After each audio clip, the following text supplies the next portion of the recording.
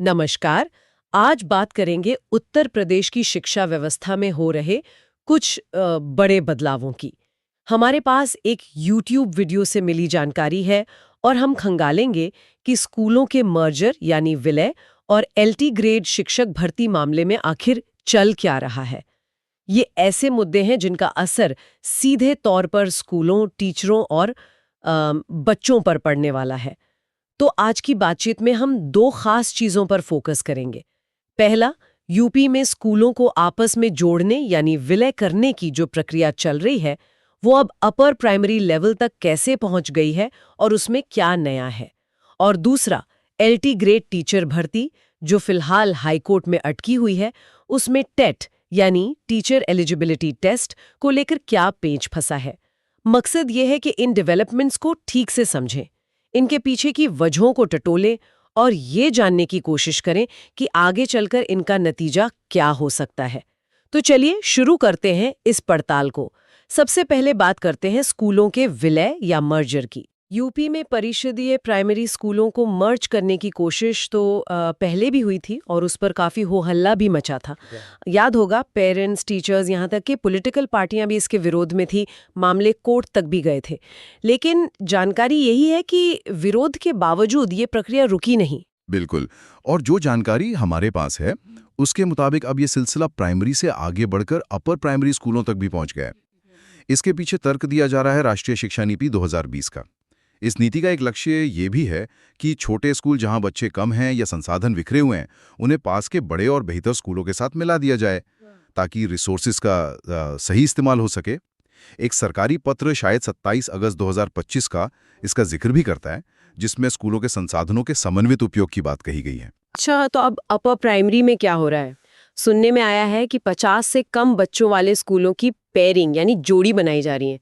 ये पेयरिंग शब्द थोड़ा नया सा है। हाँ, पेयरिंग का मतलब है कि जिन अपर प्राइमरी स्कूलों में 50 से कम छात्र हैं, उन्हें पास के किसी दूसरे स्कूल से जोड़ा जाएगा जहां संसाधन बेहतर हों। इसमें एक बड़ा बदलाव दूरी को लेकर है। प्राइमरी स्कूलों के लिए ये दायरा पहले 1 किलोमीटर रखा गया था, लेकिन अपर प्राइमरी के लिए इसे बढ़ाकर 3 किलोमीटर कर दिया गया है। 3 किलोमीटर?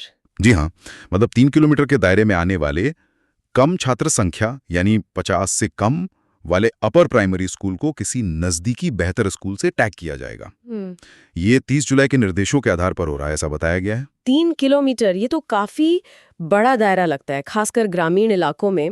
अपर प्राइमरी यानी 6th से 8th क्लास के बच्चों के लिए क्या वाकई बच्चे इतनी दूर पढ़ने जाएंगे?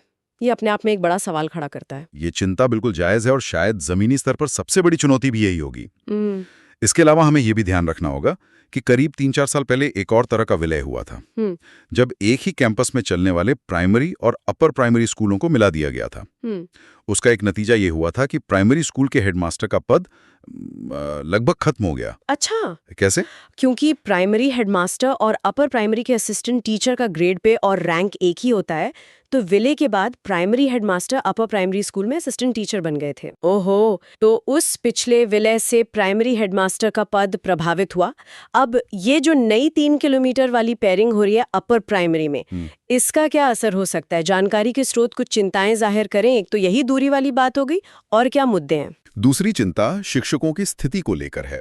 जानकारी ये कहती है कि शिक्षकों की नौकरी तो सुरक्षित रहेगी, उन्हें हटाया नहीं जाएगा, बल्कि दूसरे स्कूल में समायोजित किया जा सकता है। ये उनकी मजबूरी भी होगी, जाहिर है।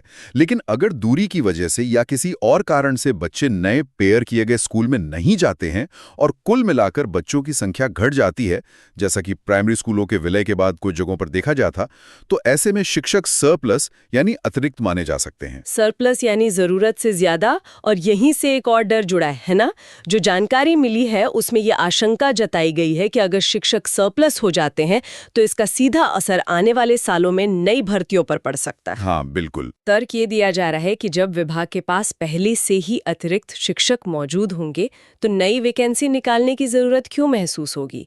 ये भविष्य में टीचर बनने का सपना देख रहे युवाओं के लिए अच्छी खबर नहीं है। हाँ, ये एक स्वाभाविक चिंता है जो इस विश्लेषण में उभर कर आ रही है। और एक कदम आगे बढ़कर सूत्र ये भी अंदेशा जताता है कि कहीं राष्ट्रीय शिक्षा नीति 2020 को आधार बनाकर किए जा रहे ये बदलाव, जैसे स्कूलों का एकीकरण, ये शिक्षा विभाग की पूरी व्यवस्था को और जटिल न बना दे। सूत्र ने तो काफी कड़े शब्दों का इस्तेमाल किया है, जैसे चौपट कर देना। अच्छा। हालांकि ये साफ करना जरूरी है कि ये उस सूत्र का अपना आकलन या नजरिया है जो शायद जमीनी अनुभवों या विश्लेषण पर आधारित हो। ये सरकार का पक्ष नहीं बल्कि एक संभावित परिणाम की ओर इशारा है। ये तो हुई स्कूलों के विलय की बात, जिसके दूरगामी परिणाम हो सकते हैं, बच्चों की स्कूल तक पहुंच से लेकर शिक्षकों की तैनाती और नई भर्तियों तक। अब जरा उस दूसरे अहम मुद्दे पर आते हैं जो आजकल काफी चर्चा में है, उत्तर प्रदेश की LT ग्रेड शिक्षक भर्ती। LT ग्रेड यानी प्रशिक्षित स्नातक शिक्षक, जो आमतौर पर 9वीं और 10वीं कक्षा को पढ़ाते हैं। ये भर्ती फिलहाल हाईकोर्ट में एक याचिका की वजह से फंसी हुई है। जी, ये मामला टेट यानी शिक्षक पात्रता परीक्षा की अनिवार्यता से जुड़ा है। श्री अखिलेश जी नाम के एक याचिकाकर्ता ने ये याचिका दायर की है और इसमें प्रतिवादी उत्तर प्रदेश सरकार है। मामला काफी दिलचस्प है क्योंकि ये सिर्फ भर्ती प्रक्रिया को ही नहीं बल्कि भर्ती के विज्ञापन की स्पष्टता पर भी सवाल उठाता है। क्या है पूरा मामला? किस बात पर विवाद है? मुख्य कानूनी सवाल ये है कि जिस LT ग्रेड भर्ती का विज्ञापन आया है वो सिर्फ कक्षा 9 और 10 के लिए है या फिर इसमें कक्षा 6 से 8 भी शामिल हैं? यानी क्या ये भर्ती असल भी कक्षा 6 से 10 तक के लिए है? अच्छा। याचिकाकर्ता का कहना है, जैसा कि जानकारी से पता चलता है, कि विज्ञापन में ये बात साफ साफ लिखी ही नहीं गई थी और इसी अस्पष्टता पर पूरा मामला टिका है, क्योंकि अगर भर्ती में कक्षा 6-8 शामिल हैं तो नियम कुछ और कहते हैं। अच्छा, और हाल में कोर्ट में क्या हुआ इस पर? हालिया सुनवाई के बाद जो कोर्ट का आदेश आया है उसके मुताबिक कुछ अहम बातें सामने आई हैं। पहली तो ये कि UPPSC यानी उत्तर प्रदेश लोक सेवा आयोग जो ये परीक्षा करवा रहा है, उसने कोर्ट में एक तरह से पल्ला झाड़ लिया है। मतलब? आयोग ने कहा है कि ये बताना हमारा काम नहीं है कि भर्ती किन कक्षाओं के लिए है, ये तो राज्य सरकार की जिम्मेदारी है। हम तो सिर्फ परीक्षा आयोजित करने वाली एजेंसी हैं। मतलब आयोग ने गेंद सरकार के पाले में डाल दी। बिल्कुल, और इसी वजह से कोर्ट ने अब प्रमुख सचिव माध्यमिक शिक्षा को सीधे तौर पर निर्देश दिया है।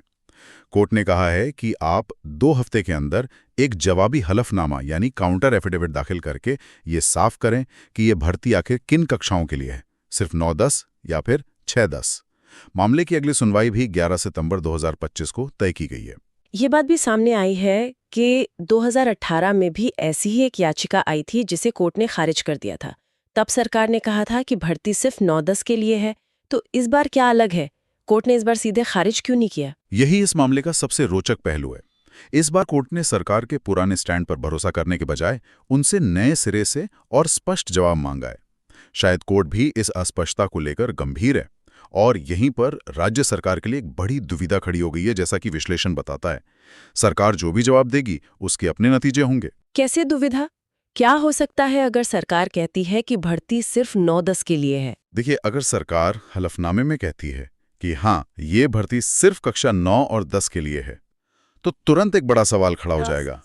उत्तर प्रदेश में बहुत से राजकीय माध्यमिक विद्यालय GIC ऐसे हैं जहां कक्षा 6 से 8 तक की पढ़ाई भी होती है। हाँ, होती है। तो इन कक्षाओं को कौन पढ़ा रहा है या कौन पढ़ाएगा? क्योंकि LT ग्रेड का जो कैडर है उसमें औपचारिक रूप से कक्षा 6-8 को पढ़ाने के लिए अलग से कोई व्यवस्था या पद परिभाषित ही नहीं है। तो ये एक तरह से सिस्टम की एक बड़ी खामी को उजागर कर देगा। ये तो वाकई फंसाने वाला सवाल है। और अगर सरकार दूसरा रुख अपनाती है, मान लीजिए वो कहती है कि हाँ, ये भर्ती 6 से 10 दोनों के लिए है, तब मामला और भी पेचीदा हो जाएगा। क्योंकि जैसे ही सरकार ये मानेगी कि भर्ती 6-10 के लिए है, वैसे ही NCTE यानी राष्ट्रीय अध्यापक शिक्षा परिषद की 23 अगस्त 2010 वाली गाइडलाइन लागू हो जाएगी। अच्छा। ये गाइडलाइन साफ तौर पर कहती है कि कक्षा 6 से 8 तक पढ़ाने के लिए अपर प्राइमरी लेवल का टेट पास होना अनिवार्य है। जैसे आप देखिए, केंद्रीय विद्यालय या नवोदय विद्यालय में जो TGT यानी प्रशिक्षित स्नातक शिक्षक होते हैं, वो 6 से 10 तक पढ़ाते हैं और उनके लिए टेट अनिवार्य होता है। हाँ, होता है। तो फिर सवाल उठेगा कि उत्तर प्रदेश ने अपनी LT ग्रेड भर्ती में कक्षा 6-8 के लिए टेट अनिवार्य क्यों नहीं किया? ये तो NCTE गाइडलाइन का उल्लंघन हो जाएगा। बाप रे, मतलब सरकार के लिए आगे कुआं पीछे खाई वाली स्थिति है। दोनों ही जवाबों के अपने गंभीर परिणाम हैं। एक तरफ सिस्टम की खामी उजागर होने का डर, दूसरी तरफ राष्ट्रीय गाइडलाइन के उल्लंघन का सवाल। बिल्कुल, और इसीलिए शायद इस बार कोर्ट ने मामले को गंभीरता से लिया है और सरकार से स्पष्टीकरण मांगा है। इस पूरे मामले की गंभीरता को एक और बात बढ़ा देती है। कोर्ट ने अपने आदेश में यह भी साफ कर दिया है, जैसा कि जानकारी में बताया गया है, कि इस एलटी ग्रेड भर्ती प्रक्रिया के तहत होने वाला कोई भी चयन या नियुक्ति इस रिट याचिका पर आने वाले अंतिम फैसले के अधीन होगी। इसका क्या मतलब हुआ आम भाषा में? इसका सीधा सा मतलब यह है कि मान लीजिए भर्ती प्रक्रिया चलती रहती है, रिजल्ट आ जाता है और किसी उम्मीदवार को नियुक्ति पत्र यानी ज्वाइनिंग लेटर भी मिल जाता है। हाँ। लेकिन बाद में अगर हाईकोर्ट का अंतिम फैसला इस भर्ती प्रक्रिया या इसके नियमों के खिलाफ आता है, मसलन कोर्ट कह दे कि बिना टीईटी के 6-8 के लिए भर्ती नहीं हो सकती थी, तो वो नियुक्ति रद्द भी की जा सकती है। अरे, मतलब नौकरी मिलने के बाद भी? जी हाँ, ये उन हजारों उम्मीदवारों के लिए बहुत बड़ी अनिश्चितता की स्थिति है जिन्होंने परीक्षा दी है या जिनका चयन हो सकता है। उनके सर पर आप कह सकते हैं तलवार लटकी रहेगी जब तक कोर्ट का फाइनल फैसला नहीं आ जाता। तो कुल मिलाकर देखें, आज हमने उत्तर प्रदेश की शिक्षा व्यवस्था से जुड़े दो बड़े और उलझे हुए मुद्दों पर बात की। एक तरफ स्कूलों का विलय, खासकर अपर प्राइमरी स्तर पर, 3 किलोमीटर के दायरे वाला नया नियम और उससे जुड़ी चिंताएं, और दूसरी तरफ एलटी ग्रेड शिक्षक भर्ती में टेट की अनिवार्यता का कानूनी पेच, जिसमें सरकार खुद फंसी हुई नजर आ रही है और उम्मीदवारों का भविष्य दांव पर लगा है। हाँ, और ये दोनों ही मामले हमें ये सोचने पर मजबूर करते हैं कि कैसे राष्ट्रीय स्तर की नीतियां जैसे NEP 2020 या कानूनी जरूरतें जैसे NCTE गाइडलाइंस जब जमीनी स्तर पर लागू होती हैं तो कितनी जटिलताएं पैदा हो सकती हैं। इनका असर सिर्फ कागजों पर नहीं, बल्कि स्कूलों के चलने के तरीके, शिक्षकों की नौकरियों, नई भर्तियों के मौकों और सबसे अहम बच्चों की पढ़ाई तक पड़ता है। ये बदलाव दूरगामी हो सकते हैं। बिल्कुल। और यहीं पर एक बड़ा सवाल खड़ा होता है जिस पर शायद हमें और आपको और नीति बनाने वालों को भी सोचने की जरूरत है। सवाल ये है कि एक तरफ हम संसाधनों का बेहतर इस्तेमाल करना चाहते हैं, व्यवस्था में दक्षता यानी एफिशिएंसी लाना चाहते हैं, जैसे स्कूलों को मिलाकर, लेकिन दूसरी तरफ हमें ये भी पक्का करना है कि शिक्षा हर बच्चे के लिए, खासकर दूर दराज के या गरीब बच्चे के लिए, सुलभ हो और उसकी गुणवत्ता भी बनी रहे। तो इस एफिशिएंसी और एक्सेसिबिलिटी, क्वालिटी के बीच सही संतुलन कैसे बनेगा? हाँ, ये बहुत अहम सवाल है। क्या बड़े लक्ष्यों को हासिल करने की कोशिश में हम जमीनी हकीकतों जैसे बच्चों के लिए स्कूल की बढ़ती दूरी या शिक्षकों की वास्तविक चिंताओं को नजरअंदाज तो नहीं कर रहे? ये वो सवाल है जो इन दोनों मामलों के केंद्र में कहीं न कहीं मौजूद है। इस पर लगातार सोचने और समाधान खोजने की जरूरत होगी।